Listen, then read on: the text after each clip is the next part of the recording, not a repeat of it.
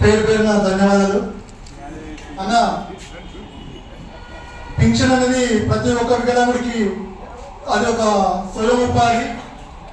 కానీ గతంలో వికలాంగులకు సెల్ఫ్ ఎంప్లాయ్మెంట్ అని నిరుద్యోగ వృత్తి ఇచ్చారు. ఫస్ట్ నిరుద్యోగ వృత్తి అనేది వికలాంగులది అన్ఎంప్లాయిడ్ అలవెన్స్, దాన్ని మొత్తం 9 కేసులు.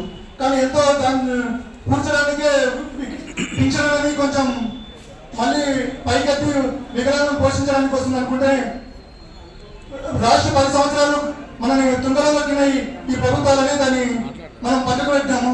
కానీ ఇప్పుడు వచ్చిన ప్రభుత్వం కూడా 1 ఇయర్ అనేది మనకి గుర్తించట్లేదు. కానీ మనకు పంచాయతీ నుంచి పార్లమెంట్ వరకు రిజర్వేషన్ కావాలన్నా ఇదైతేనే మనకు చాలా గౌరవం వస్తుంది. పింఛన్ పెంచాలి, రాజకీయ రిజర్వేషన్ కావాలి.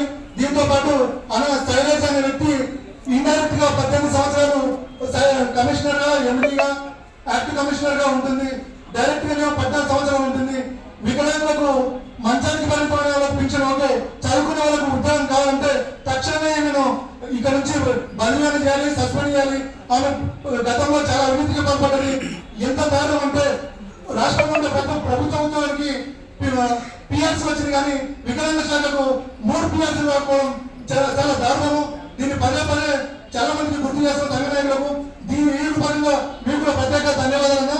ఇది దీని చొరవని మాకు ఐఏఎస్ ఆఫీసర్ కావాలి, మాకు బ్యాక్గ్రౌండ్ ఉద్యోగాలన్నా, హెచ్ఓడి ఉద్యోగాలైనా, గ్రూప్ 1 నుంచి గ్రూప్ 4 ఉద్యోగాలైనా మాకు రిజర్వేషన్ కావాలంటే మాకు ఒక ఐఏఎస్ ఆఫీసర్ ఉంటేనే దాన్ని టీఎస్పీఎస్ ఫైట్ చేసి వీళ్ళకి రిజర్వేషన్ ఉంది, వీళ్ళకి హక్కు ఇవ్వాలని ఆర్టికల్ కానీ వర్టికల్ కానీ వాళ్ళకి ఎక్స్ప్లెయిన్ చేసి ఉద్యోగాలు ఇంప్లిమెంట్ చేయాలంటే మాకు శాఖ నుంచి తక్షణమే ఒక ఐఏఎస్ ఆఫీసర్ కావాలి.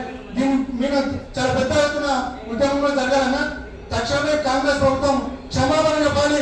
ఎందుకంటే అన్న జాతీయ అధ్యక్షుడు వికలాంగులకు ఎన్నెంత ఉండే వ్యక్తి, ఎవరు గుర్తించిన స్థాయిలో నుంచి మమ్మల్ని ఈ ఒక గుర్తింపు తీసుకొచ్చిన నాయకుడు అన్న మందకృష్ణ మాదిగ. మనకు అంబేద్కర్ కంటే అభినవ్ అంబేద్కరే మన అన్న మందకృష్ణ మాదిగ. ఆయన ఆధ్వర్యంలో మన పంచాయతీలో పార్లమెంట్ లో రిజర్వేషన్ సాధించాలి. దీనికి అన్న మేము వెన్నెంత ఉంటాం, ఎంత దూరమైన వెళ్తాము అన్న. మాకు చిన్న 3 లక్షల లోన్లు ఇవ్వాలి, కానీ ఇప్పుడు 30 లక్షల వరకు ఎన్హెచ్ఎఫ్ లోన్ ఉంటాయన్నా. మళ్ళా కేంద్ర ప్రభుత్వం వరకు 2 crores ఇస్తే 75 lakhs వరకు సబ్సిడీ ఉంటాయన్నా. మాకు యూనిట్స్ లేవు. ఏమున్నా 50,000 ఒక వ్యక్తికి ఇస్తే ఒక టీ స్టాల్ వస్తుందన్నా. వికలాంగులు పోషించుకోవాలి, టీ స్టాల్ పెట్టుకోవాలని కూడా అర్హత లేకుండా అయిపోయింది. ఆ యూనిట్ దగ్గర నుంచి మండలానికి ఒకటి ఇస్తే వికలాంగులు 24 లక్షలు అనేది జనవలుతున్నారు. వాళ్ళకి సర్టిఫికేట్ లేవు, వాళ్ళ ఐడెంటిఫై లేదు. మాకు ఓట్ బ్యాంక్ అయితే ఉందన్నా. ఈ రాష్ట్రంలో ఎస్సీ ఎస్టీ బీసీ కంటే అత్యంత వెనుకబడ్డ వర్గం వికలాంగ వర్గం. కానీ మమ్మల్ని గుర్తించిన నాయకులు లేరు, మాకంటూ ఒక మతం లేదు, మాకంటూ ఒక కులం లేదు. మేము అన్ని వర్గాల్లో ఉన్నాం. మమ్మల్ని ఫస్ట్ నుంచి పోషించేది మీరే.